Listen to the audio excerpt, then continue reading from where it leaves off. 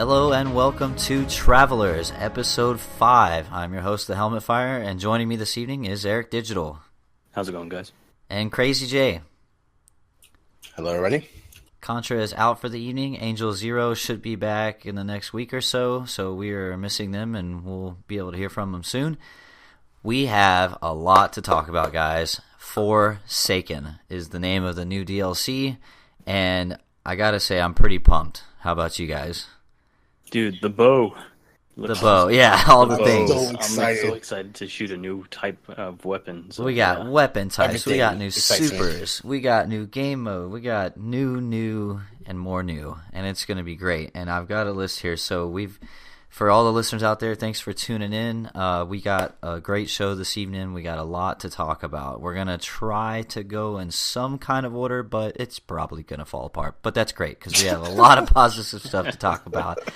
Really quickly, I want to do a quick little news update before today. Today is Tuesday, by the way, the 5th, which is the reveal date for the new Destiny 2 expansion, Forsaken. That's due to come out September 4th.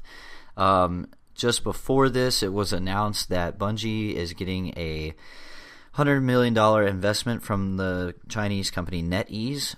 If you don't know who they are the company that works with World of Warcraft and other Blizzard titles. And this money that has been invested is for Bungie to become a self-publisher and a multi-franchise entertainment company. So that just basically means that they're going to start making other games aside from Destiny. And so those out there worried about it, Destiny will not be impacted by this in any way. They are still working on Destiny and for many, many years to come, as they say. So really cool development. If it's a Bungie game, whether it's Destiny or something else, I'm always going to be personally interested. What do you guys think about that, just real quick? It seems like to me they're making moves to kind of but like they're making moves to like that's what I'm looking for. Not save their future, but future investments. After Destiny, right? It's just expansion. Company expansion, growth. Yeah. I don't think it's gonna affect Destiny that much, honestly. I think it's just them just trying to make sure they keep their company afloat. Yeah, forward thinking. They got to be every time. Exactly. Yeah. Nice. Which is cool. I'm excited for it. Aside from the DLC reveal that we're going to talk about here momentarily, I promise we're going to get to it. Faction Rallies 2.0, if you want to call it that, launched today as well with the reset, with a really cool new system called Renown, where it actually lowers your health regen and the damage you do and increases the incoming damage. And the higher your Renown is, which is the more difficult it is, but in turn the more tokens for your faction you can earn. Definitely recommend it. I played a little bit of it before the show. Really cool system they got in place. FWC for life, you know what I'm saying? Yeah. What faction did you guys pledge to? Previously I was always New Monarchy. Until this season, I feel dirty with Future Oracle. I feel dirty. I'm a dirty trader. No, the truth is out there. How about you, Erik? Always been a Future War Cult loyalist, but this time I just wanted to get the Graviton Lance. Oh, there it is. Yep. No one did orbit this time, but definitely the next time around, whenever faction rallies reset, then I'll go with Future War Cult and then round it out with New Monarchy. Right. And just for the listeners out there who haven't played it yet, Faction Rallies 2.0 also brings exotic catalysts for Graviton Lance and Dead Orbit, a Sunshot for Future War Cult, and Sweet Business for New Monarchy. And you have to hit rank 50 for those. You also get an exotic armor ornament for rank 50. The Renown system is in place, and you can, when you pledge, it is account-wide, not just on your character. It's account-wide. So if you pick a faction, whichever faction you pick this time, then you have to wait until the next faction rally to pledge to a different faction. So choose wisely. Just whichever one you pledge to, just make sure you rank it out, top it out to 50. That way you get the catalyst. That way the next faction rally, you don't have to double dip and miss something in Season 3. So we're going to wrap that up. All right. We're going to get Oh, go Very ahead. important. There's only 3 fast trials in season 3, so you gotta Right, make sure you gotta hit 50 each time. to get everything you want. So it's gonna and grind away. Yeah, the grind is on, and I got to tell you, I'm pretty excited about that, man. It's nice to have a reason to do lost sectors now. It's nice to have a difficulty shift of sorts. From what I'm telling so far, it's not terribly difficult. It adds more difficulty to it. You just got to be a little bit more precise. Like I was going through the pro tip. I was telling Eric this before the show. If you're going into a lost sector with maxed out renown, which is ×5, your damage is lowered and your health regen, you have to kill enemies to get orbs to regen your health. Now, unless you're a warlock with a rift or something like that, pro tip, Crimson or Suros Regime, which helps regen your health on kills and stuff. I went in with Crimson and I was just mopping the floor with them, no problem. So, really, I think, pro tip there. I think the worm husk crown on the hunter would help as well, right? I'm assuming so. I haven't got it yet. So I main a warlock, so I'm just now working on getting my hunter through the campaign. So I don't remember exactly what that is yet, as I haven't got it. So when you dodge, it regens your health. So there you go. Yeah, perfect. That with your crimson, and you should be in good Oh, shape. dude. So what about if you pair that with Night Stalker, where when you dodge, you go invis? Yep. Yeah. It can happen. Yep. Nice, dude. Yeah. There you go. Cool. See, that's synergy. That's a synergistic build. That's really good. I like that. Yeah, that helmet's a point of contention right now in Crucible. People are a little... Yeah. I mean, honestly, though, automatically, that just made me think, yeah, but what about people using Crimson or something else? I mean, yeah, you got to get the kill, and it's not free, but, I guess if it's free, that's different. But at the same time, Warlocks have a Rift, so I can just heal myself whenever with a Warlock, right? So what's the difference? It's your ability. So Warlocks have that Rift, and Hunters have a dodge. And... So Titans are the ones left out in the cold.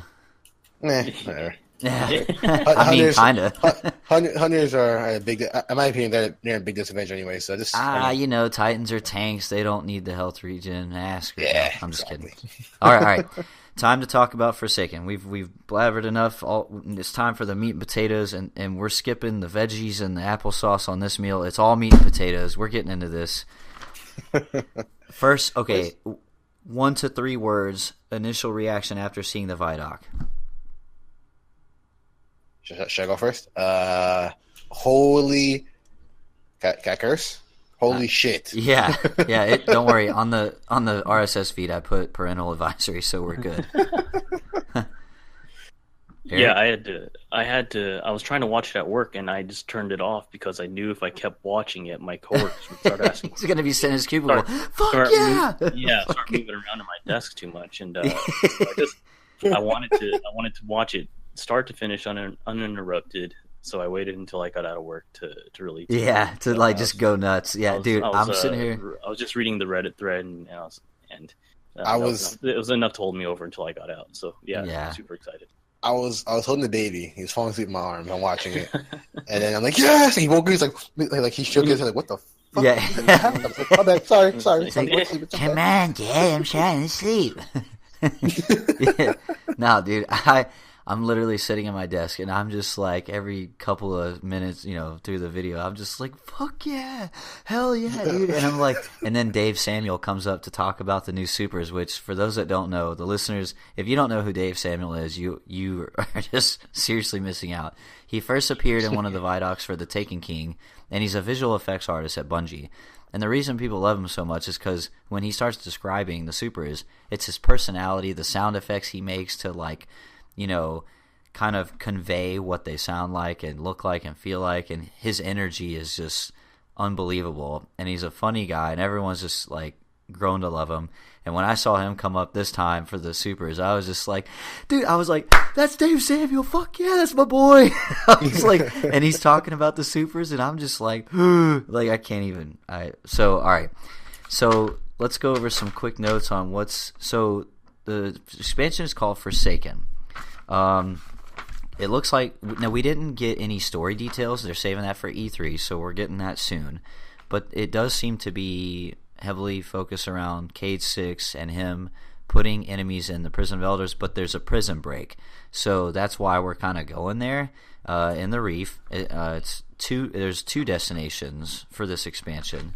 The first destination is called the Tangled Shore. Tangled Shores, and then there's also the Dreaming City. So the whole vibe of this. So the new enemy faction it's a offshoot of the Fallen. They're called the Scorn, and honestly, dude, it looks like Mad Max, straight up. Yeah.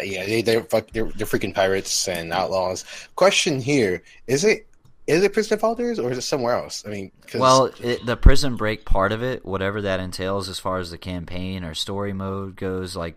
It's in the Prison of Elders. So they broke out of Prison of Elders. So K6 has been visiting the Reef and luring these guys to the Prison of Elders? Now, that's the lore we've been given up to this point, and small little tidbits here and there sprinkled throughout Warmind. And really? There's some because it's like the deep lore, little sprinkles, so. There's a prison break, and there's like 8 barons, which a baron is like one step below a fallen archon or something. Mm-hmm. So there's 8 barons that have, riled up the Scorn and orchestrated this prison break, and we're going there to stop them. That's kind of the premise we were given up to this point. And each baron is different. Like some are snipers, some are close range melee. So they're almost like. Each one's going to have a different way to defeat it, which I think is awesome. So what do y'all think about the aesthetic of the Scorn and this new Mad Max feel? Like, what did y'all think about that part of the vidoc? So I liked how they specifically mentioned that this is going to be a grittier tone to the story. Yes. D2 vanilla, almost bubblegum-ish, kitty... tried to be too campy throughout the story, and it worked. But I'm ready for something different. Yeah, I like the dark grittiness for take on this, and also they mentioned like a dark western type of feel, which is awesome. And they keep showing some type of hand cannon. Looks like K's hand cannon maybe. That's it just seems like a cowboy western type of feel. Yeah, there was spurs on some boots. It looked like from one of the I saw that. Yeah, that was really cool. Yeah, they definitely got that part going down. In the artwork for the expansion, Cade 6's so the exotic Ace of Spades is going to come back in some capacity. That's on the artwork official, so we're definitely going to get it. We just don't know if it's going to be exactly the same. Is that what that hand cannon is? That's the Ace of Spades? It looks like the Ace of Spades. I didn't want to say I wasn't sure, but yeah, it looks like the Ace of Spades. No, it's absolutely the Ace of Spades. Now, the hand cannon that's got everybody talking, though, is the one that you briefly see in the Vidoc. And you see it a couple of times, and the thing is a lot of people think it's Thorn. It definitely has attributes of the Thorn, but it doesn't look like the Thorn. The close-up images I've seen of it just match this new aesthetic that they have in a bunch of weapons. It kind of looks like the Last Word mixed with Thorn, kind of, to me. I don't know. Yeah. It just has that look, and then, I don't know. It's so, if you look at there was a picture of, there's a really good close-up shot of this auto rifle, and it's like this new design for whatever that space is in the Reef. And it has almost this twisted tree branch look, right? Well, that hand cannon looks the same, so it's part of whatever that aesthetic is. But the thing that got people thinking it was Thorn or like Thorn is the hive black smoke that comes off of it when he shoots it. So presumably a new exotic hand cannon. We don't know anything else about it, nothing official. So we're waiting to see about that. I'm all for it, man. I love me some hand cannons, and I think we're missing a good exotic hand cannon in the game right now, so that'd be nice. Right. All right, so real quick, I want to go over so they updated the roadmap, the development roadmap, okay? So for July 17th, it says, so apparently we have a release date now for the Solstice of Heroes event, July 17th. That's when patch 1.2.3 will come out. And it'll have Solstice of Heroes, whatever that event is. We still don't have any info on that. 6v6 quick play is coming. Hallelujah. Yes. Rumble playlist is coming back with its own permanent node. I'm excited for that. That's something excited for. Yeah, everybody is. We're getting bounties. They're going to return. The expansion 1 and 2 raid layer prestige modes are coming. Finally, hopefully they have more loot. We don't know yet. For the PC players out there, you're getting clan text chat, so that's awesome. That's pretty cool. Year 1 triumphs on Bungie.net, and then more exotic armor sandbox changes. So that's coming in next month. Now, the updated development roadmap for Year 2 for the Forsaken, I'll just go in order here. Gear collections, endgame triumphs, weapon slot changes, weapon randomization, mod system update, bulk shader deletion. Holy shit. Yes! For all those that have 1,000 blue geometries. I've been so excited for something so simple. It's great. New Crucible mode yet to be disclosed. 4 new Crucible maps. 200 additional vault slots, bringing our total to 500. Yes. In-game lore, new bounties, and then power matters in Iron Banner and Trials, and then and more. ... I can't wait for the and more part. So based off of this list, one of the biggest things, and I have 2 different lists, the development roadmap and then the Vidoc stuff, but so one of the biggest things we're getting is the weapon slot changes, and with the Vidoc, they kind of showed us what that's going to be. They didn't go into detail on how exactly it works, not yet, but essentially they said you can, if you like playing like D2, then you can still do that. If you want to play it like D1, you can do that. Or if you just want to run triple shotguns, you can do that. What do you guys think about that? You want to go first, Eric? Or I think that's really, I think that's a good way to cover all their bases, because there's a lot of people that definitely prefer the Year 1 weapon slot model, where we had the primary, special, and then heavy. But then, I'm playing with a buddy last night. He mentions, you know what? I don't mind that I'm carrying two primaries and then a heavy. He was content with the way the weapon system was, and this is, he played a lot of D1 as well. And then I tend to agree, like it's not so bad. Sometimes, it's nice to be able to have a scout and a hand cannon sometimes, but what they're talking about now is, all right, well, you can, the possibilities are much wider now. So if you want to have a certain play style, you want to have, like they mentioned, 3 shotguns, then have at it. So I'm excited to see how that works out. Yeah, I'm excited for it. That being said, they have some major balancing to do. They got just a TTK, because you can't have people running around with shotguns.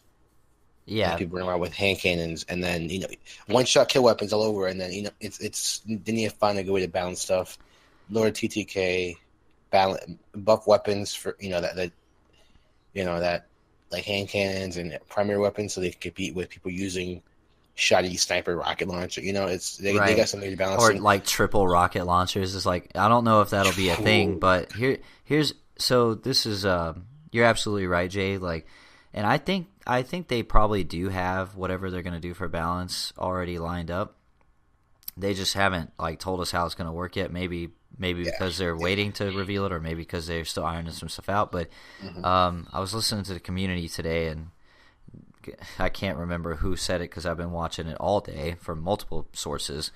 But they're saying speculation. Perhaps they have a way of, if you equip 2 snipers, in your primary and secondary slot, maybe they'll share the same ammo, like the green bricks. Or something like that. Maybe they have shared ammo pools, or a way to assign a type of brick to a slot or something. So I too am very curious to see how they do that, because you're right. You can't just have triple shoddy with no cost. Like a risk reward. There has to be a risk to doing so. Yeah, I mean the risk for running triple shoddy is, you have no range, but I mean, in this game, you could just kind of play Right. really passive. Yeah, you're not gonna have like 3 weapon slots full of just shoddy ammo, just like go tanking Yeah. around. You know, like Well, my main thing is not even just ammo, or it's just like you have someone run around with like let's say triple shotgun, and you have someone with maybe D2 weapon system, 2 primaries and a rocket, you know, or whatever. Yo, triple bows, let's go. I want to see it. So like you have people running around with all 1-shot weapons, and people running around with primaries. It's going to be very unbalanced. They got to find out how to like. Why would you run a hand cannon over a shotgun? They got to find a way to. Unless whenever you move that shotgun into your primary slot, the damage scales down. I mean, I don't know. That could be a possibility. Right. I'm going to be. I'm pretty curious. It's interesting. So this is a good segue into weapons. So the new weapon slots are going to be all the rage, right? We're waiting to see more on that, and everyone's like, it sounds like there's an answer for everybody, which I really like. It's like it. They added a new weapon type, like a literal compound bow and arrow, and they said that they're going to have short, medium, and long-range bows, and anytime a new weapon class has been introduced, there's always legendary and an exotic form of it. They didn't show an exotic bow, they only showed legendary.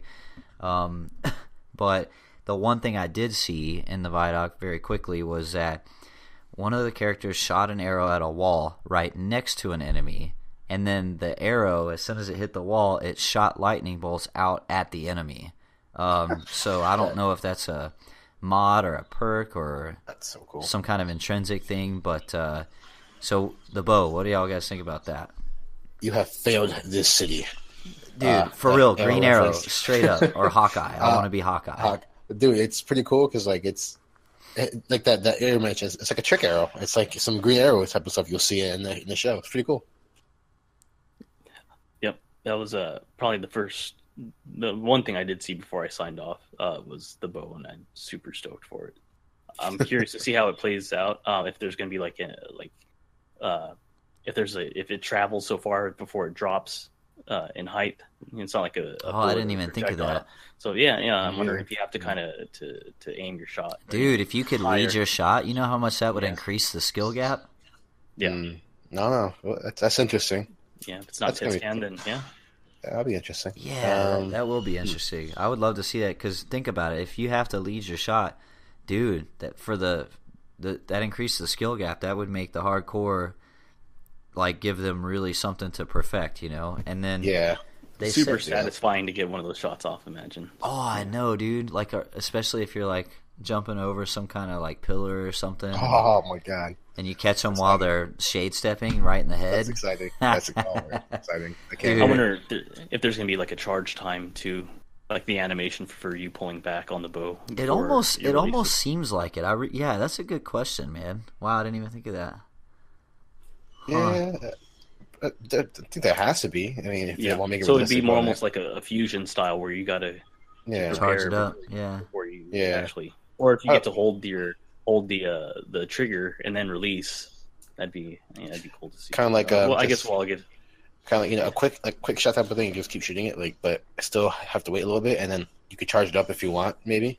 Oh man, I'm super excited to see what. Yeah, it's gonna be interesting. Yeah, that's gonna bring a whole new dynamic to the game. That's gonna be sweet. Josh Hamrick in the Vidoc said, and he works at Bungie, of course. He's the sandbox lead, if I'm not mistaken. He said that, why would you use a bow when you got? He said machine gun, but they did. So there was a couple times they referenced machine guns or auto machine gun, and they were talking about it in reference to the bow. Like, what if you walked up on somebody with a machine gun? And you have a bow, but the bow apparently is tuned to be able to take somebody out regardless of what weapon they have. But Bungie did come out and clarify, like multiple people that work at Bungie came out and clarified that they meant to say an auto rifle. There are no machine guns coming in Forsaken. I figured that at all, which sucks. I think it's Quillen's tournament again. The what now? Quillen's tournament. God, that thing was machine gun from. Quillen's Terminus, yeah. Just kept shooting. You just don't stop shooting. It's Oh my god! You know what's funny? If you want that feeling replicated, get the Suros regime with spinning up and stand in a Warlock Rift. Because, oh my god. Bro, I'm not kidding. It stays in that spinning up that fastest speed, and it's just constant until the rift runs out. So, back to the bow and arrow. It seems like that's another one-shot kill weapon, kind of like sniper or shotgun. So, I'll be curious to see if it's precision for one-hit kill or if it's, like, body... You know, like I'm pretty sure it'll be like precision, like a sniper. I'm assuming. I don't know, unless like, it just feels like a one-shot kill weapon. Yo. What if the long-range bow works like a sniper, where if you get a headshot, it's a one-shot kill, but if you have a short-range bow, you can rapid fire it as an offset. Interesting. What if they did that? That'd be cool.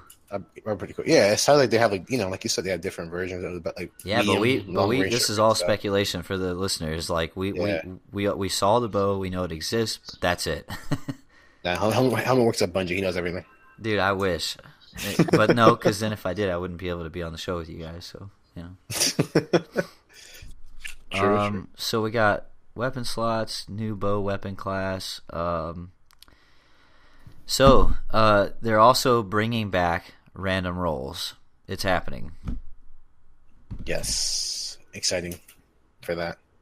Never thought I'd be excited for random rolls, but that's something I really missed, and I didn't expect to miss at all. I'm on the fence with it, but yeah, I mean, it's always nice to get the god roll, but then sometimes when you're 60 strikes in and you still haven't got the god roll, it's a little frustrating. But that kept us playing, though. I want some more variety in the guns that we shoot. So the random rolls is the way to go, I think. Yeah, I mean, we touched on this before. Like, if they had enough guns in the game to justify not having random rolls, like different guns, different archetypes with different perks, great. But they don't. So random rolls, I think, is the best way to go.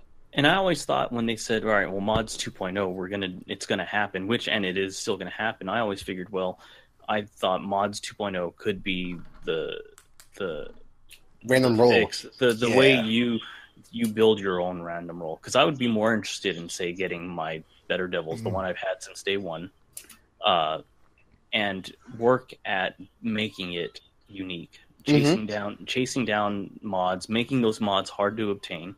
But tying mods to activities, you do a strike where you could potentially get a god roll mod, or you can get a god roll mod from Nightfall strikes, any activity as a Crucible. You can get Crucible specific mods or mods that'll aid you in Crucible more than it would, say, in PvE.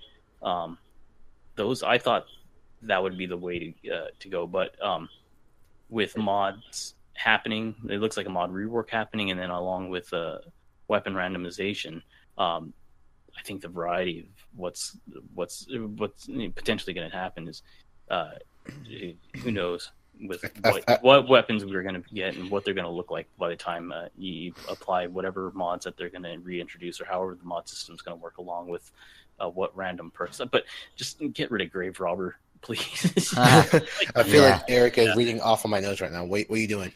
No, here's the cool thing. So for those like Eric that are a little skeptical of random rolls, just for context, Bungie hasn't detailed random rolls. They've just said that they're coming. So in other words, we don't know if it's going to be random rolls in the sense of RNG on drops, or is it going to be random rolls that when we get a weapon and it drops RNG randomly on its weapon roll, and then can we also go re-roll it? They haven't said that, so we don't know.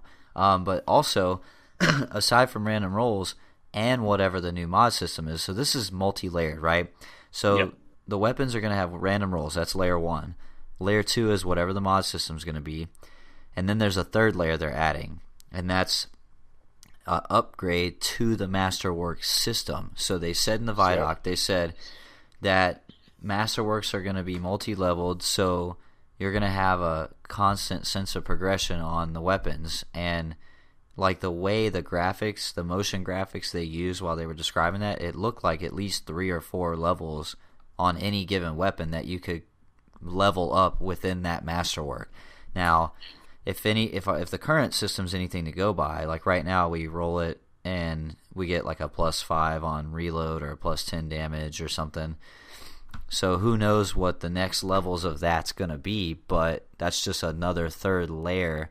So now we really should, by all intents and purposes, get that Better Devils that is supremely unique from one to the other.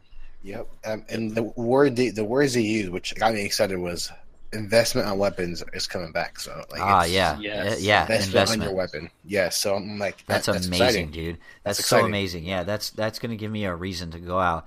You know what? I got this Better Devils to drop, but it wasn't the God roll. Okay, now I got the God roll. Well, now what mods do I want to put on it? Okay, now I got the mods that I want. Well, now how do I want to masterwork it? Jesus Christ. There goes my social life, guys. So I said Grave Robber earlier. I meant Exhumed. Oh, yeah. Get rid of if there was one perk I could just have ditched. And that's another thing. They're doing random rolls. Do not bring Exhumed into to year 2. Yeah. They're doing random rolls. It's like, okay, well, are they going to roll the perks that are on it and the archetype, i.e. adaptive frame, high impact frame, shit like that? We don't know yet. And if they're going to do that, are they also going to add more perks to the game? I would assume so. I'm pretty sure like perks like Dragonfly and Kill Clip and Rampage are probably, I'm sure they're going to add more of those type of perks to the game. I think they would have to give it the diversity they're advertising. So many options. Holy cow. That's what I'm saying. You got the frame, you got the perks, you got the mods, you got the masterwork. I mean, it's kind of ridiculous if you think about it. Yeah. In like the best way. Yeah, exactly. It's amazing. Because I'm so excited. Bring me Bungie, take my money, take all of it. And not that it's a big deal, but you also have whatever element it's burning too. I mean, that's about a half a layer, I'll call it. Yeah. I can't wait. All right, so so we're switching gears here. Although, really quickly, since we're on weapons, out of the whole Vidoc, I saw a couple of weapons. We saw a bunch of weapons, but I did see this trace rifle, and I'm saying it's a trace rifle. You literally see like 0.2 seconds of it or something. It looks like a void trace rifle, but the beam acts different than a trace rifle beam. It looks like a Ghostbusters beam, like what are those guns that Ghostbusters use back? Proton. Yeah, the proton cannon gun. Yeah, the proton pack gun. Didn't catch that. The beam. Yeah, that's how quick it was. So the beam kind of moves like that, and the beam is a lot wider than a trace rifle beam. So that's absolutely an exotic. I don't know what the hell it is. And then there was a new exotic sword that they showed off. It's very ornate. It looks beautiful. Now there was a quick clip of a Titan using a sword. I didn't catch if it was that same exotic sword or not, but he basically, when you're in the air and you hit R2 or the right trigger, your Guardian will do this like flying uppercut move with the sword blade, and that's been in the game forever. But on this one, when he did that, he actually shot out 3 projectiles at enemies, and that was new. I had never seen that before. Did you catch that rocket launcher, Twin Rabbit? Yeah, I was about to get to that. Yeah, dude, that looks sick. Go ahead, sorry. No, you're fine. So this was the only exotic that we saw with a name that's new, and it's a rocket launcher called the Twin Rabbit, and what it does is it fires 2 rockets at the same time, twin rockets. So one shot is these 2 twin rockets. One is void, and one is solar. The void suppresses, and the solar does damage over time. And I'm like, what? That thing is crazy. Yeah. They are going really, they're going for exotics. They're really going for it. They're really making it unique and over the top. It's crazy. Yep, they said during the Vidoc that they think they turned it up a little bit too much, which is just fine. Perfect. Yep. Right. That's what it should be. And if you have to adjust it, balance it, balance later, adapt. that's fine. Yeah, Right? I'm fine with that. Dude, it was so cool to see the developers multiple developers in the Vidoc saying that that they were breaking the game and that they loved it and that the community was going to love it, and they were laughing. They were genuinely like they were having excited. fun. Like the idea just tickled them to death, and I was like, this is how it's supposed to be. It's great because like the main concern about Destiny 2 is just we were underpowered, we're too, it's just it feel like Destiny 1, we were underpowered, we're too slow, we didn't feel powerful. So the Bungie's like, okay, you know what? We'll just turn everything up. Now you're gonna be overpowered, and we'll adjust if we have to. I hope they turn up ability recharge rates back to close to D1 levels. I think that's part of the TTK thing I mentioned earlier. They had to adjust. They had to adjust everything. And we I didn't. liked being able to throw grenades potentially every 30 seconds if I wanted to, and super every 3 minutes. It was the only issue I had with that was it became like that's when it became instead of FPS, it became a FP, a first person ability. Like it was just grenade spam everywhere. So right now, I think what is it? The fastest you can get a grenade in D2? Is it 5 minutes? I really don't know. Or not 5 minutes. Sorry, that's a super. That's a super. Holy cow! No, I'm thinking. But with mods, I don't remember what it. I'm not too sure. It's like a couple of minutes or something. Takes too long. Yeah, it's I think a nice, not quite maybe 30 seconds then, but something closer. It takes too long. I find that happy in between. I think between Destiny 1 and Destiny 2, then that'll be good. Right now it's too slow. Destiny 1 was too fast. People were just spamming abilities, so there's a nice little between. It was great for PvE. I could see where it would become an issue in PvP. See, that's the thing. I'm always taking PvP balance because I play so much PvP in D1. But yeah, in PvE, I could see it being a pain. But it is a pain not having your abilities all the time in PvE. So yeah, I wish there was a way they could I know they want to do a seamless experience between PvE and PvP, but I wish there was a way they can make it abilities charge faster in PvE only. That'd be nice. Yeah. So the weapon systems, there's tons of cool stuff coming with that. And like I said, I'm just trying to keep a cadence here because there's so much to go over. But the next thing we're going to talk about is the collection system. So they're basically adding a collection system, and what they're saying it is exactly what it would sound like, where it doesn't matter what armor or weapons or exotics or whatever. Now you have a way to collect and track all of it.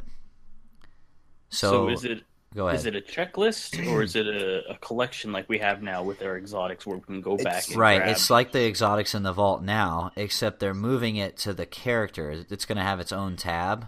And the way they were saying it in the Vidoc, we still need to get a little bit further clarification, but for the most part they said that if you don't have a piece of armor, you'll see it in the collection and it'll tell you, go play this strike or this activity to acquire.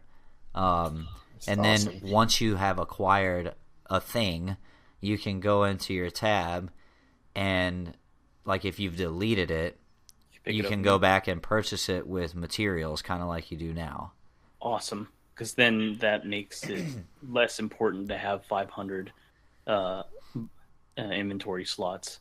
And that was a great counter argument, and I think so. A lot of people were saying, well, if we're getting a collection system like this, why do we need so much vault space? And my argument to that is because of the new way they're doing weapon randomization.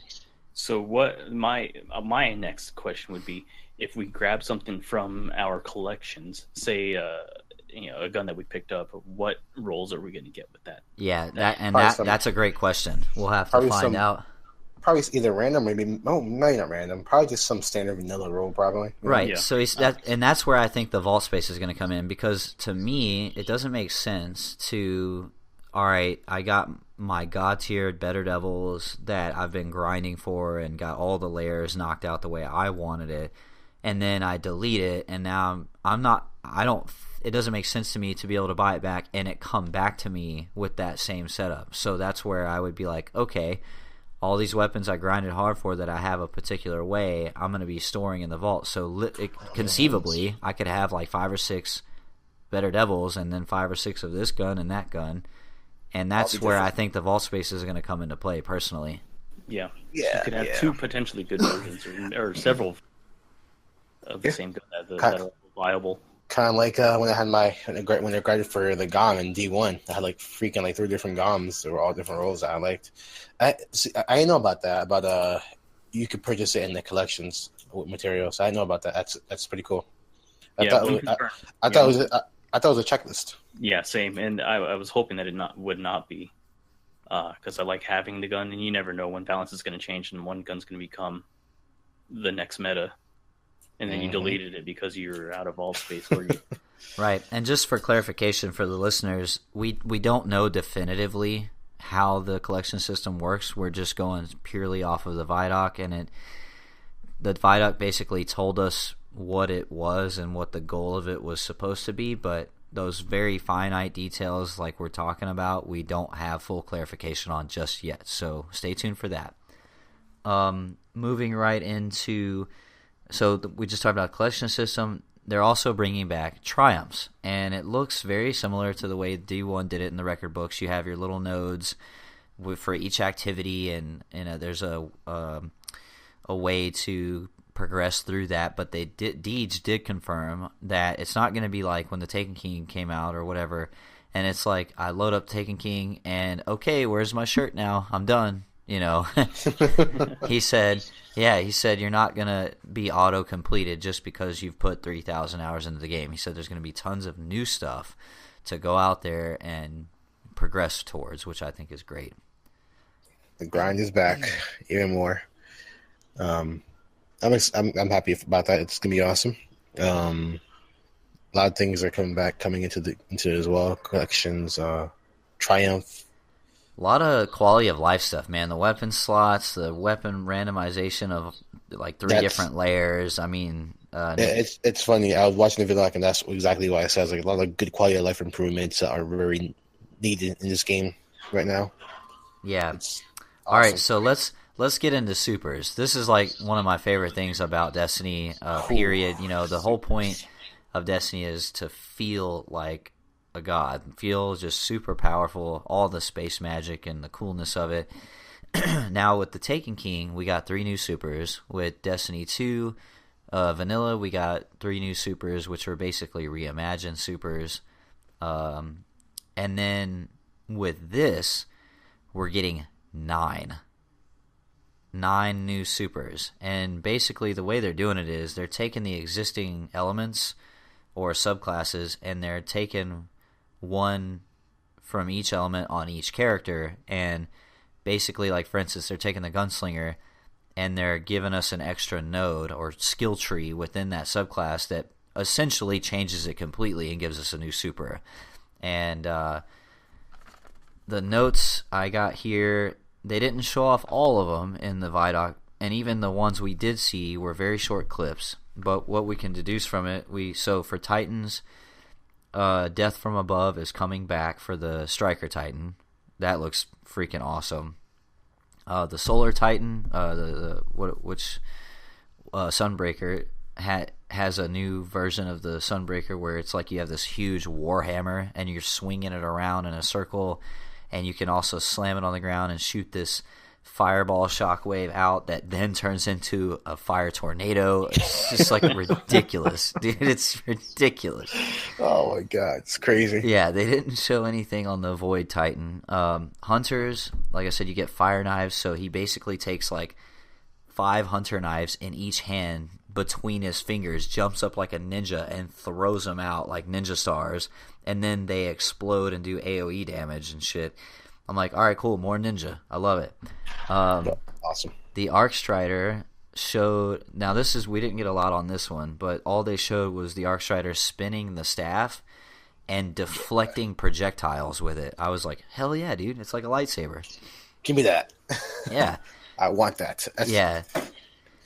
We're gonna get into opinions on each in just a minute. I'm just kind of going through the notes, and then we'll talk about them. Sorry. No, you're fine. I know the hype is real. The hype is so real. The Void Hunter, they showed a quick clip of it, and he does this like he jumps up in the air, does this gainer backflip while throwing his hands out to his sides, activating the super, and then it's like these 2 little ninja knives or something. But then he starts running around at lightning fast speeds, arguably faster than the Striker Titan, and just like a ninja assassin offing people melee style, like super fast. It was crazy. And then the Warlock. It didn't show anything for Dawnblade on the Warlock, but for the Voidwalker, it showed it's like this anime really fast teleport, like shoo shoo shoo, like super fast. And then once he stops teleporting, he like just does this AoE just blast of energy that comes out of him and goes in a 360-degree circle, just all out blast of energy, just wasting everything. I was like, holy crap. And then my favorite, the Arc, so the Stormcaller, basically turned him into Goku with a Kamehameha. And I've been asking for it. I've been mentioning it for months just because Dragon Ball Super just ended recently and it's amazing. And they fucking did it. And I'm like, I just, my brain, I can't process the coolness of the whole thing. So I'm going to let y'all talk. What do y'all think about the new supers? Kamehameha is awesome. I'm excited for that one. That's going to be my first time when I saw it was like, holy cow, then the Kamehameha. That is awesome. And that's because I'm watching Dragon Ball Super right now, you know, I'm trying to catch up on it and finish it. And when I first saw it, I was super excited. What I'm most excited for is I'm a main hunter, so the Arc Staff thing looks pretty cool, and also like looks like a Void Blade Dancer, which is awesome. Like it looks like he's running around. Oh, like, you know what? I didn't even think of that. Yeah, that's exactly what he looks like. I didn't even think of Blade Dancer. Jesus Christ. Looks like a Void Blade Dancer, like with 2 daggers. Looks crazy. Excited, super excited. So on the Titan, it looked like one of the supers was literally an Iron Man. Like he looked like Iron Man just hitting the ground. It wasn't. I don't know if it was the death from above, but just the animation looked like he was Iron Man for a second there. I think it was Death from Above. Yeah. Is that what it was? Okay, so maybe it was the same one. Yeah, they showed Death from Above a couple of times, but I gotta say his flight path on the first time they showed it had like a curve, like a really crazy curve. Yeah, I was like, weird. I wonder how that works because it looked like it worked in 2 different ways. Like he jumped from the ground up and over, and then the second time they showed it, he jumped up straight in the air and came down at an angle like Vanilla Destiny did. So curious on that one.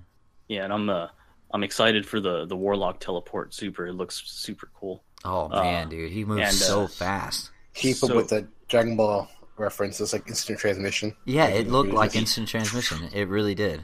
And the Hunter, it looks like he was putting up a shield with the blade, or not the Arc Strider. Yeah, the staff. Like some sort of building up some sort of shield. So I wonder if that's going to be something that we'll need, like in a raid, that type of mechanic, where the Hunters are actually viable.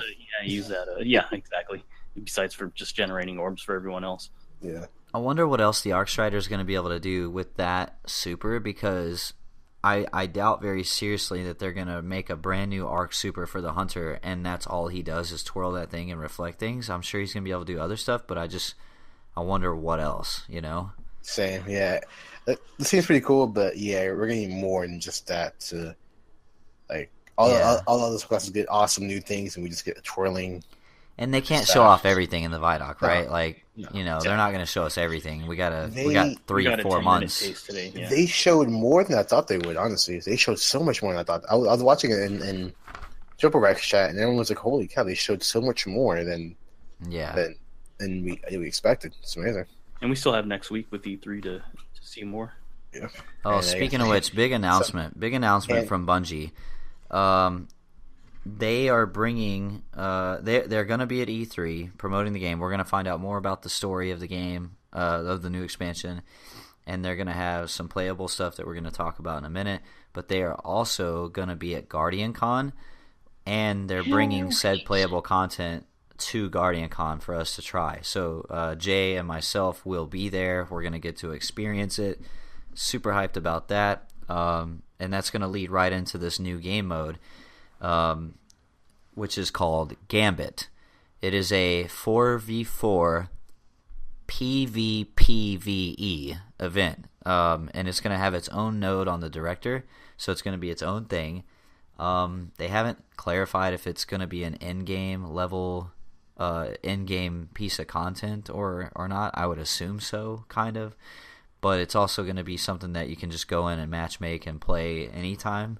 So we don't know what's up with the loot with this game mode, but here's what we do know about it. There's basically it's set in the Prison of Elders. There's basically, think of a left side and a right side. And each side is like a mini arena with PvE enemies that you'll face. So one team of 4 is on one side, the other team of 4 is on the other side. So the objective is to basically, each team is going to be in their own arena fighting the enemies and working towards summoning the primeval. And the first team to wipe out their primeval wins the round. They didn't say how many rounds it is, but here's where the PvP aspect comes into play. While you're killing enemies, you're obtaining what they call motes, which is basically, for the listeners, if you know what those green triangles are in the loot chest for a heroic strike, it basically looks like those little triangles, except they're white, and they're called motes. So you gather motes by defeating enemies, and then you have each arena has a bank that you deposit these motes into. Now, let's say Team A gathers motes and deposits motes into their bank. As soon as that happens, you're sending one of your players to the other side to basically lock down the enemy's bank and keep them from depositing motes. Now, that's bad for a couple of reasons. One, you have to deposit motes to summon the primeval. And if you can't summon motes, if you can't deposit motes because your bank's locked down, it's because you have a blocker, someone from the other team that you have to eliminate because they're trying to eliminate you and screw your shit up. So it's like the ultimate game of sabotage. It's like we're killing aliens, trying to get our motes and deposit in the bank and summon the primeval. All the meanwhile, people are getting sent over from the opposite team to interrupt you, to slow your progress. So that's kind of the gist of it. And they did also say that aside from sending a blocker over, there is a way that they open a portal so you could send more than one person to the other side to try to kill the other team and wipe them out. So you sure? I thought this was just one person.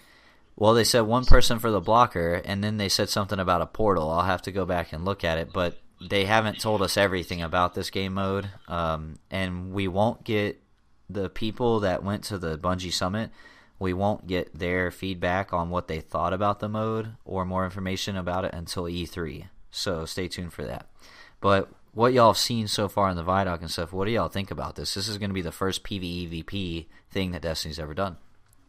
So a couple weeks ago, maybe, or a couple months ago, they didn't leak it. I didn't leak out anything, but someone did say that Bungie's working on a game. Oh no, it was Activision. Activision mentioned on one of their meetings, whatever, that Bungie's working on a game that has never been seen before in any game, and I guess this is it. And this is freaking amazing. It's pretty cool. I like it.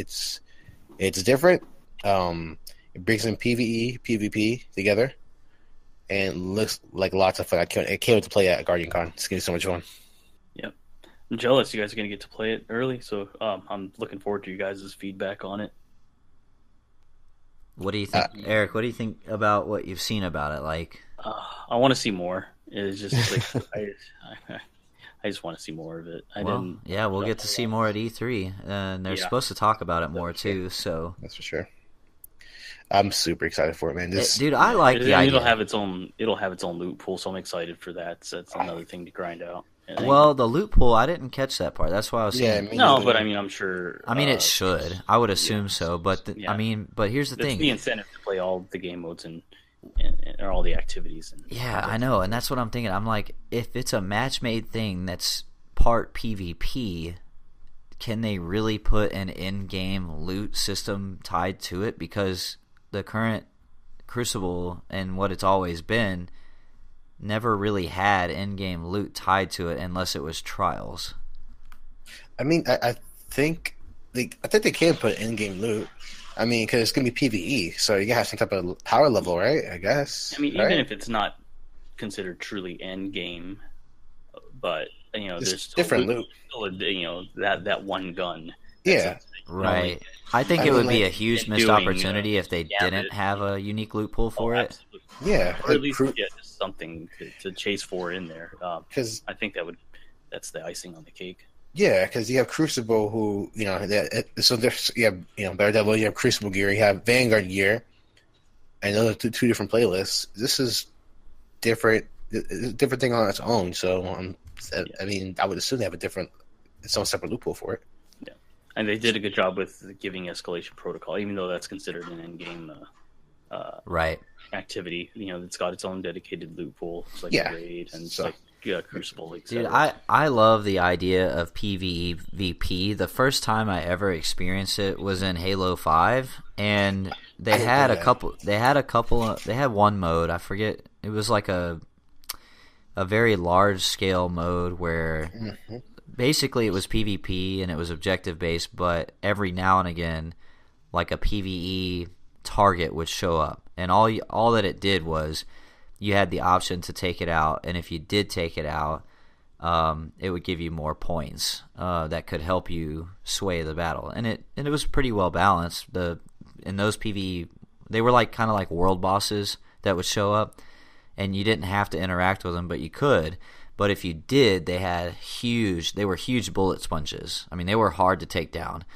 But this is totally different. This is kind of opposite. It's like you're going into an event that's like 90% PvE, fighting all these and trying to summon the primeval and everything, but in the meantime you got another team that's doing the same thing against you, and oh, by the way, 10% of the time you're like swapping sides to screw up their shit. Oh, I'm so excited.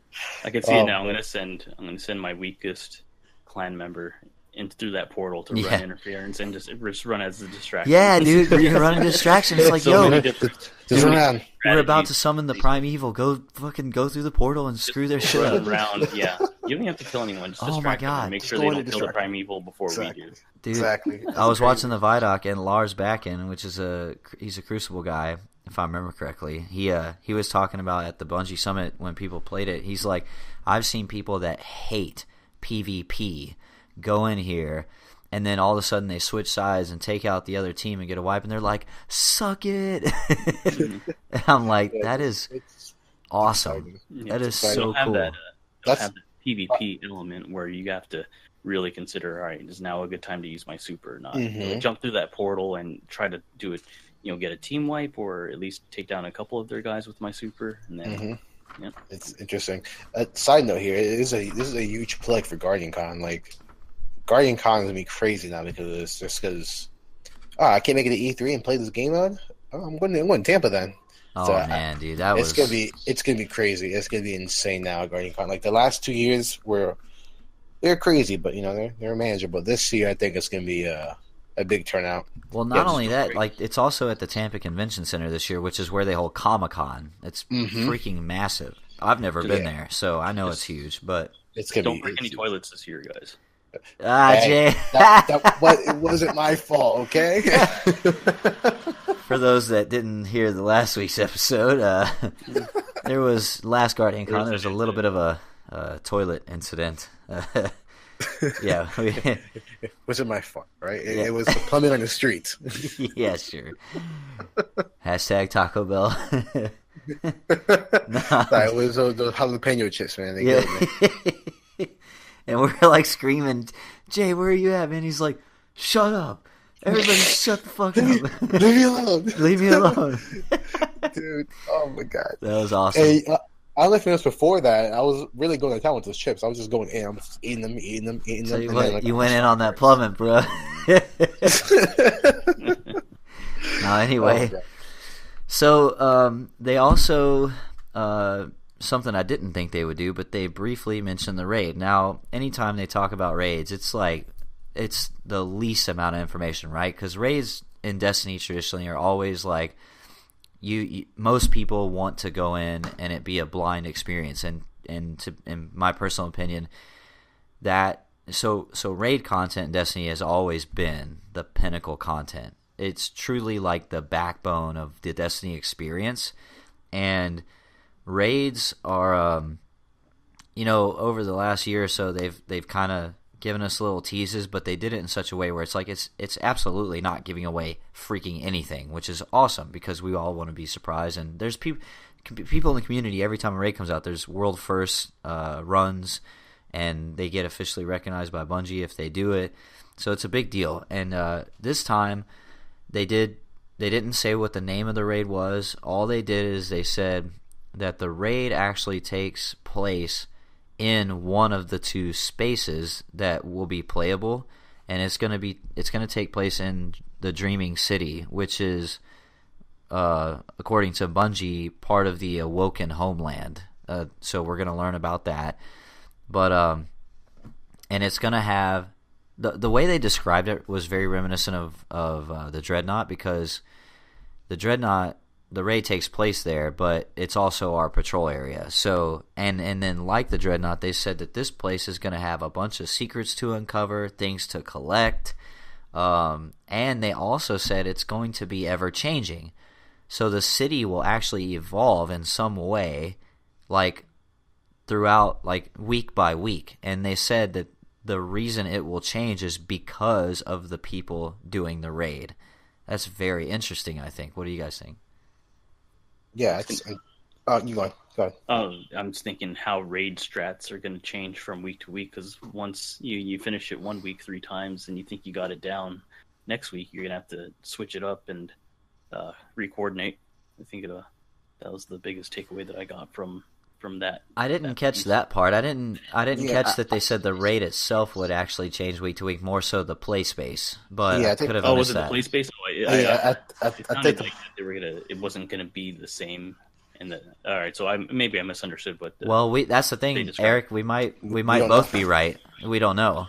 Yeah, the way I got from that was the patrol space or the play space was going to change. So like, we do a raid, and then part of the raid it was like destroy a wall or something. That when you go back into it, that wall's gone, and that's what maybe that. That's what right. Total speculation. Total speculation on our part. I didn't think that was an aesthetic change. I understood it as a play change, an actual a mechanic change. Yeah, so, I think maybe also I'll go back and listen to it again. Maybe I misunderstood. We could both be right. I don't know. We don't know. Also, what we do know is apparently it's going to have more bosses than any other raid they've made. So that's great. That's a big claim, and a lot of people are kind of like they want a number now, because there's now people are arguing about King's Fall, how the Sisters wasn't considered a boss, and who knows or whatever. So in other words, if what they're saying is true, this raid should have at least 5 bosses. But we don't know. It could have more than that. If it did, I'd be like, holy crap, bring it. Just bring it.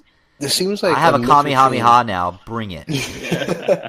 It seems like a mixture between like the Dreadnought, like you mentioned, but also the Vault of Glass. Like remember how on Destiny 1 Devog, where that first area of the raid where you open the door, the vault, the spire, and people could just randomly come in for patrol and help you out.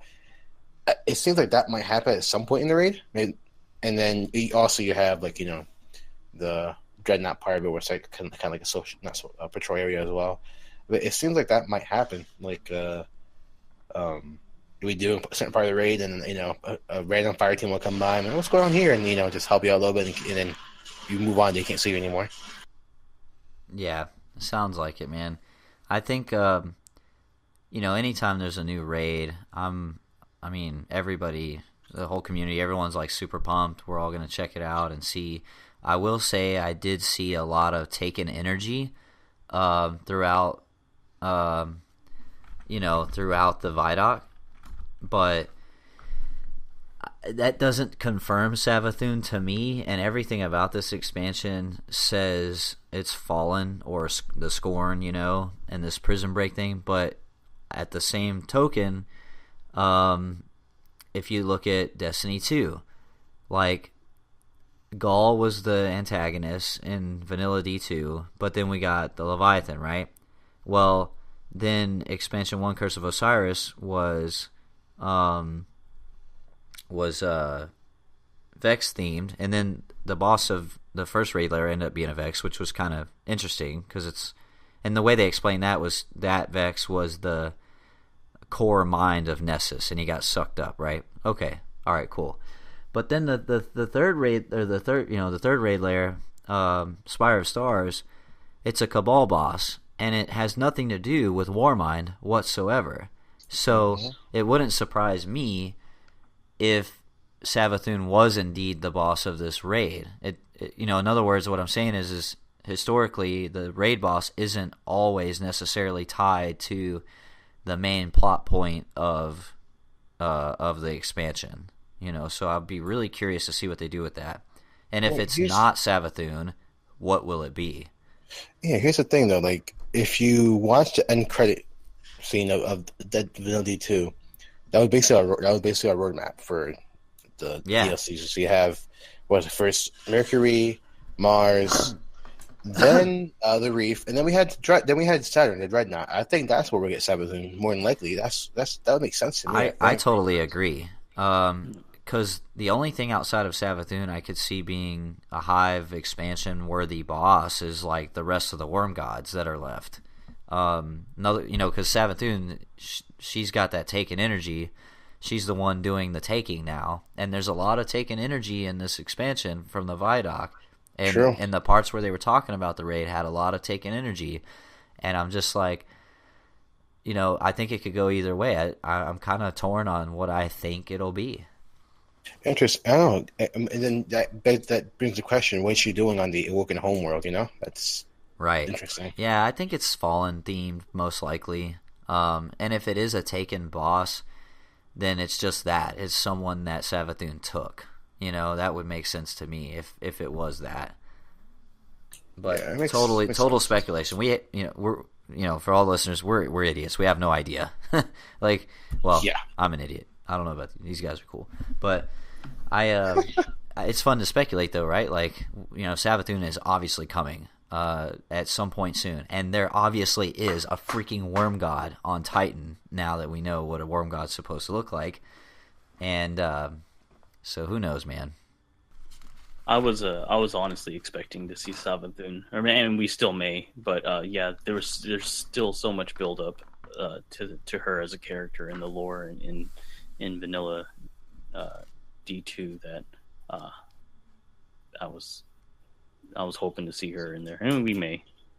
I just hope it's not like a Nokris. Yeah, don't make her into a strike boss, please. Yeah, don't. Yeah. Like there was so much. She deserves more than that. Yeah, I'm pretty sure they'll do. I'm sure it'll be like Oryx level severity to it. Like, I totally believe that. There was so much like speculation with Nokris and the Taken King, because there was a statue next to him and Crota and Oryx, and I was like, oh my god, who is this, the brother or not? And then we give him a strike boss. Like, Nokris was someone we highly anticipated, but he was not hyped the way Savathun is being hyped. And true. I mean, even in Vanilla D1, Savathun's hinted at with Savathun's song Strike. Literally during that strike, they're saying something is calling someone to Titan.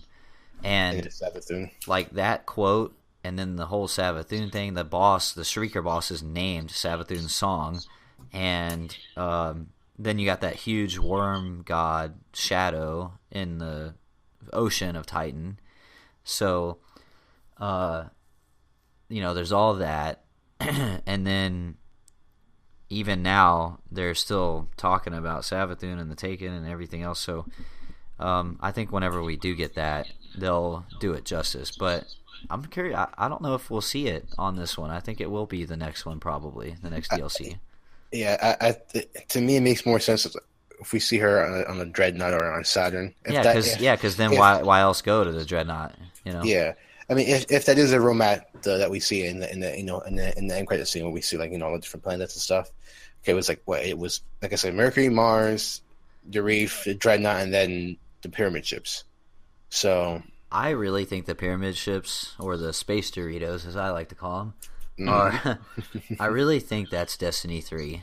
It makes sense. It definitely makes sense. It just the true darkness is kind of visited us. That makes sense. Right. Yeah. Recycled content arguments aside, I would love to go back to the Dreadnought and D2. I think the whole recycled content goes towards maybe the weapons, but like I like to go back to Dreadnought or Yeah. even like the old Russia and just see how stuff changed. Or reimagine play spaces like. Yeah, I would love to do that. Yeah. It'd be awesome. And the Dreadnought itself is huge. I mean, I don't think we explored the whole Dreadnought when we were there in Destiny 1. No, the tip of the iceberg. Right.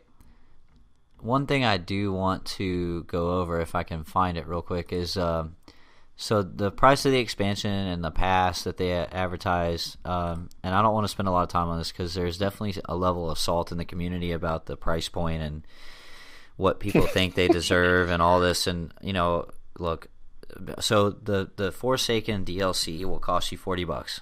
It's the same price as the Taken King when it came out. They did say you will have to own expansion 1 and 2 to play it. So there is that for those that haven't bought them yet or didn't get the initial season pass. Now, there's a new thing they're doing called the annual pass that's on sale right now with Forsaken if you want to get it. And the annual pass alone is $30. Now, what it supposedly gives you are 3 content drops, one this winter, one in spring 2019, and one in summer 2019.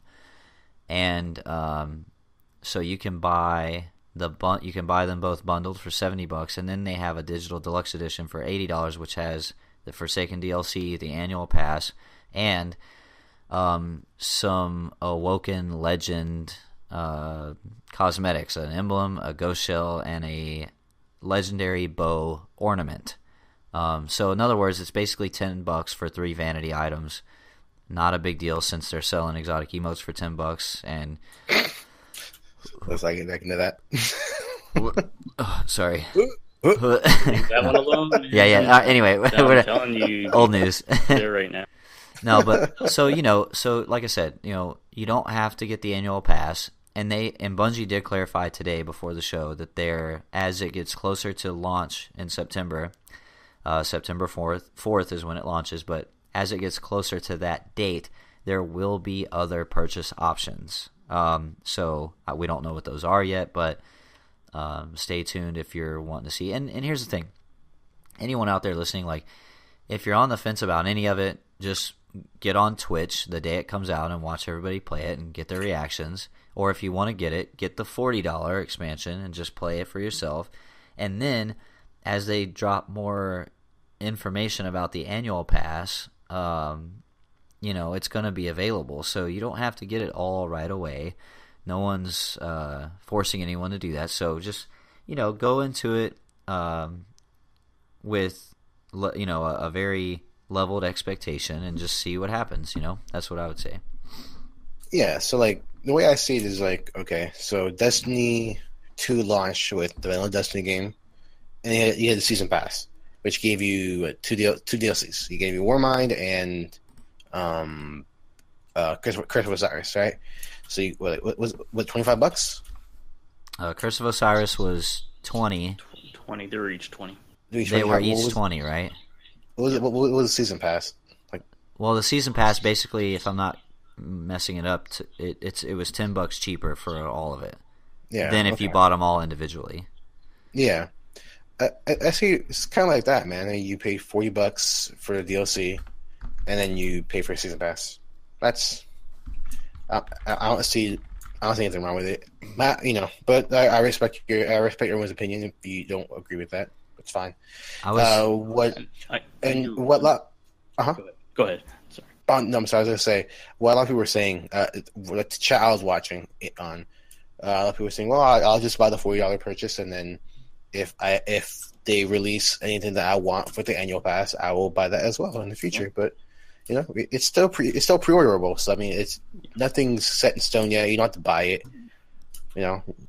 I don't see anything wrong with this particular practice. It's basically the same thing they've been doing this whole time. Yeah, and I understand that a lot of players feel burned by the vanilla Destiny 2 game. It didn't live up to a lot of people's expectations, so they're right to feel apprehensive about buying into Destiny again. I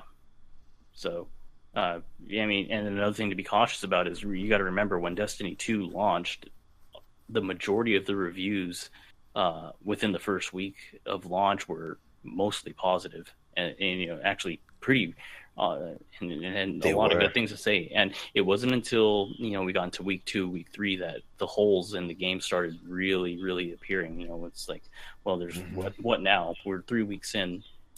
What do we do now? We've already done the raid, and there's not much more depth beyond this. So I think if Bungie can convince players that they've turned it around with the Forsaken, then they'll win them back. But yeah, players are absolutely right to be cautious if they don't feel like the original game lived up to their expectations. And I mean, I hate to say this, and it's because it's a business. They gotta make money somehow, and they can't just give out free content. They can, but what's it's a business. Sorry, yeah. A business. I got something on that. I tried to make that point a couple weeks ago when we were talking about the whole $10. That's different. Why is that different? That's an emote. That's one thing. I mean, like that and that's tied to the argument on that is the price point, and we've beat that dead horse really bad. Yeah, now, so I'm going to take something from. I was watching the Jam with Gathalion, Broman, and K Magic earlier, just before the show. Actually, they did their session, and it ended right before we were going live. And this is the last. We'll make one more little note about it, and then we'll kind of wrap that up. But basically, what they said was like, we don't blame people for being pissed off about their money they spent up to this point with how badly Destiny 2 flopped, okay? Like, in other words, like, you're totally in the right to feel disappointed. But to all those that think because of that the next expansion should just be free are out of their fucking mind. And here's why. Is because they never sold you something that they didn't lie to you about what they sold you. They said, if you spend this money, you're going to get this expansion, and these are the things that are going to be in it, okay? So that's what you got. You can be unhappy about it. There's nothing wrong with that. But that doesn't mean that they should just turn around and give you some shit for free. That's not the right attitude to have, I think it's a false sense of entitlement that a lot of people have. About it, and that's where I alluded right into, look, if you're cautious, that's understandable. Yeah, I would wait. If you're one of those people, then just wait. See how the game is. See how the community is reacting to it, and then make your decision based off of that before you spend your money. And then at the end of the day, if you're still not happy, then just don't spend the fucking money. Like, no one's forcing you to, you know what I mean? Yeah. Also, I'm not sure if this is a side note or how you classify this, but also with like Destiny 1, after taking King, I think they didn't have anything planned after that, did they? Like, I think Rise of Iron and Age of Triumph were just something. There was a long drought. It was a huge drought. Yeah. So after taking King, there wasn't anything planned for it. Whereas this year, it looks like they put some thought into Destiny 2's after comment expansions. Yes. Right. Whereas like Destiny 1, you just had to Taken King and then a long drought because they're like, oh, Destiny's coming out this year, sometime soon. Oh no, it's got delayed, it's pushed back. Let's just release it now when the Rise of Iron came, and then we got Age of Triumph. We did have the Taken Spring, and I think that was a free. Yeah, it was. That wasn't really super. A lot of that was Eververse stuff too. A lot of microtransactions. Festival of the Cost, all that. Yeah. So like with this, at least they have a planned route they're taking with these expansions. So you can expect at least something a little more fleshed out than Rise of Iron for these expansions if they are expansions. I'm not too sure what these are. They didn't really say what they were. I'm not sure if they were full expansions like Warmind but they have an idea. You have an idea what's going to come out with these. Yeah, they haven't told us exactly yet, but the only thing that was mentioned that it was going to be pretty light on story for each of those. Yeah, so drops during this season. Here's what I'm gonna do. Me personally, I'm a pre-order when it becomes available on PC because it's available on PC after the pre-order, which is scary. But we have a while to prepare for that. Hopefully, when it's available on PC, I will pre-order the expansion, $40, and then I'm gonna wait and see what the annual pass includes, and I'll buy it then because I'm kind of apprehensive as well about it. So I'll wait. I'll definitely be buying the whole thing, like probably in the next few weeks. Just get the digital deluxe edition because I've kind of always done that. And don't get me wrong, like I'm also not happy with how Vanilla D2 ended up and the state of the community. Like it hurt me just as much too because that was a lot of friends and I watched my friends list go to zero. Yep. Switching consoles didn't help. But, I mean, I just have this thing about the game. I love it so much, and I love the community so much. Like, I'll support it no matter what. And even if they do have a huge misstep, I'm also paying attention to how they recover from those missteps. And honestly, dude, the Bungie I'm starting to see now has me more excited than I ever have been. Yes, dude. This Bungie right now is they're doing. It's become kind of a meme. We're listening, but no, they're listening and doing stuff right now, which is great. And knowing me, I say I'm apprehensive, but knowing me, I'll probably buy the whole thing as well. I'll pay $40 and I'll take a look and see if I'll buy it. For those who follow me on Twitter, y'all have seen me on days on Twitter where I'm just I'm like, dude, fuck this. I'm done. I can't take this shit anymore. Like I am not, I'm guilty of that too. Like, I've been on that side of the fence. I remember reading some of your tweets. I'm like, holy cow! I think Homie's done with Destiny. I think he's never coming back. Which is, like Jay just said, like that's a surprise to some people to read that. But hey, I'm human too, and I'm not a Bungie apologist. I love Destiny. I'm always going to support it, but I'm also not afraid to tell them my opinion, and I have, and I'm pretty sure the Bungie account probably muted me a couple of times. I'm pretty sure they have me on mute because I've said some things before, like. Just like any angry fan would, like, y'all are fucking this game up so bad and blah blah blah, and like I've had my days. It's some interesting tweets. If you're interested, go back to Helmet Fire's tweets a couple months back, and you'll see what we're talking about. Oh, they're there for sure. But I gotta say, man, out of this whole Vidoc, all right, so let's all three of us before we end the show, we'll pick one thing out of the announcement today that you're the most excited for. I know it's technically all of it, but I'm going to narrow you down to one. I'm going to do it. You got to pick one. The most excited. All right, pick two. Oh, all right. We'll go with the Mick pick two system over here. Mick pick two. Mick pick two. Man, you guys go first. I got to think about this. Eric, go ahead. All right, my two picks: gear collections, and we didn't go into this too much, and I'm not real lore heavy, but I'm more curious to see what they do with the in-game lore, whether it's going to be a grimoire system like they did in D1, or it's just going to be a more tabbed type. Well, they did say it's a lot of collectibles and lore attached to those collectibles, so there's a lot of, and they said it's in-game, so you find it in-game. Now, I don't know, like you said, if it's a lore tab or something like that. But and I'm not even a real big lore junkie. You guys are far more versed in the lore of Destiny than I am. But I liked the Grimoire system in D1. It gave me a lot of things to do when there was droughts in those in the times that there was not much else to do. We didn't touch on that either. They're bringing something when the collections have called lore, so that's part of the collection system, which is awesome. Yeah, so we're gonna.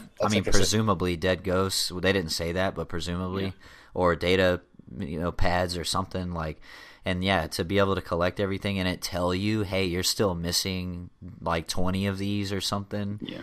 And you can go find them, and then read it in game, like you said, Eric. Like now, when you want to kill time and you've done everything for the week or something and you're waiting on reset, I still got all this lore to read and catch up on. I love that. It's good stuff. All right, Jay, two things. Your favorite two things from this whole thing today. Okay. I'm going to go with Gambit because I love PvP, but this PvE twist is awesome. It's interesting. I can't wait to try it out. It's going to be fun. Just make Guardian Call out more interesting as well, so that's going to be awesome. And also, Dreaming City looks like a very fun, interesting, playable zone. It looks like it might be kind of like Rivendell from Lord of the Rings, like the way it looks. It's funny because they brought that up in the Vidoc. They said they mentioned Lord of the Rings and Peter Jackson and it's like I think they said if something had a baby and was left at Peter Jackson's doorstep, and he raised him, and that's what it was. Yeah, they said if King's Fall and the Vault of Glass had a baby and landed on Peter Jackson's doorstep, that's what this would be. And I'm like, did he just say that? Yeah. Like, really? So, yeah. I was yeah. right there. Yeah. I was like, okay, take all the monies, all of them. All right. So my favorite two things. Number one is got to be superpowers, and I do mean that for all classes. I do main a Warlock. But I have one of each class. I always have, even all the way back in D1. And I like that it's not just 3 new supers. I'm glad that they're kind of going all out and branching off into this new system of like, well, for now we're locked into the 3 element system, and we can't really make a 4th subclass and a new element because it would just it's too much development for the game. Like they would have to develop so much that's I wouldn't expect something like that until Destiny 3. So in the meantime, they're like, okay, so what we're going to do is take the current elements and give you a new tree that basically works like the ornament system. It's like the ornament system for the armor it's basically a new set of armor, but it's attached to your base armor. So you have a new tree in your subclass that's attached to your subclass, but it operates completely differently. And I love that. The thing about Destiny, the fantasy of the space magic and feeling powerful like that, and when Taken King came out, when the Taken King came out and the rumor of an Arc subclass for the Warlock was coming out, because in D1 you started off with 2 elements, and each class had an element that they didn't have. And for the Warlocks, it was Arc. We didn't have an Arc subclass. So when Taken King was coming out, they said we're going to get an Arc subclass, but they didn't say what. And everyone automatically was like, unlimited power, like I want to be the Sith Lord. And then they did it. And I was like, holy shit, my dreams are coming true right before my eyes, and then in this one, I've been, since Dragon Ball Super came out, I've been asking, dude, please, this would be so easy, just do it. And they did it. And I'm just like, I can't, I gotta go change my shorts. I don't know what to do. This is great. Dude, it's a commit, and it was very subtle, but he looked like so you like stay in midair while you're firing this beam. They don't say how long the beam is for, but it did seem like you could move it in a direction, because it did move a little bit in the video. It's very subtle, but they did. So curious to see more on that, see what it's called and all that. But it's 9 supers, dude. 9 new supers. Right. Every element for every class is getting a new version of it in its own thing. And I'm just like, all right, so that's supers. I prefer this more than new subclass, honestly. But yeah. Right, yeah, me too. Because I don't care about the elements so much as I do is how I use them. Right? I think a lot of people would probably agree with that. Because how do you use it? What does it do to impact how I play? And that's what people care about. So supers are number 1. Number 2, I gotta say, is probably, I'm looking through all the notes because it's a shitload. I'll probably agree with you on Gambit, because once again, it's about what are we doing in the game. Gambit is the first PvE/VP mode, and it looks amazing. I can't wait to just stomp people and sabotage the other side and just cause mayhem with PvE enemies. 10 out of 10.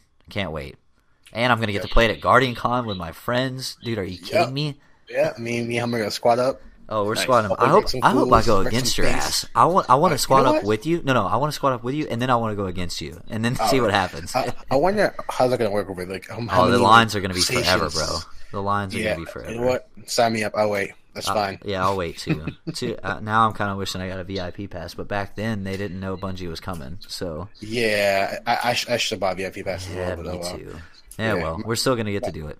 Yeah, so and my girl's coming too, so she probably want to play with us. So. Oh, cool, man, cool. Yeah, I don't think mine will come until next year, but we'll see. But well, anyway, any last thoughts on anything that y'all wanted to squeeze in before we end the show this week? Nothing. Just I know just Bungie mentioned bringing back the hobby aspect of the game, which is great. That's what's missing. I miss that. Yeah, like coming home and playing Death as a hobby, not as a chore. Type of feeling, investment, hobby, just The word they've been using is investment, hobby. Those 2 words just mean a lot to me. Weapon investment, bring a hobby. Back. Yeah, it's that's what I'm saying. They're using the right words. They're taking my fantasy right now. They're making me feel nice. Well, all right, guys. Well, thanks everyone for the listeners for listening. Where can the listeners find you guys? This is Eric. I'm on Twitter as Erik_Digital_. CrayZJaye. You can find me on Twitter, twitter.com/CrayZJaye, or Twitch, twitch.tv/CrayZJaye. I stream mostly in the mornings and Tuesday nights. Okay. Contrabang is out this week, as we previously said, as well as Angel Zero. You can find Contrabang on Twitter at Contrabang, or Twitch, twitch.tv/Contrabang. Make sure to check him out. He does stream late nights, Eastern Time. Angel Zero, you can follow her on Twitter at Angel Zero. That's Z3RO. And then I have been the Helmet Fire. You can follow me on Twitter at the Helmet Fire. And then, of course, if you want to follow the show, the podcast, you can find us on Twitter at TravelersPC. We record Tuesday evenings and then usually get the show up on SoundCloud shortly thereafter, YouTube kind of the next day. We still are waiting back from iTunes to hear back from them on our submission, so we can get that going. Stay tuned for more updates on that. And thanks everyone for tuning in this week, and we'll see you all next time on Travelers.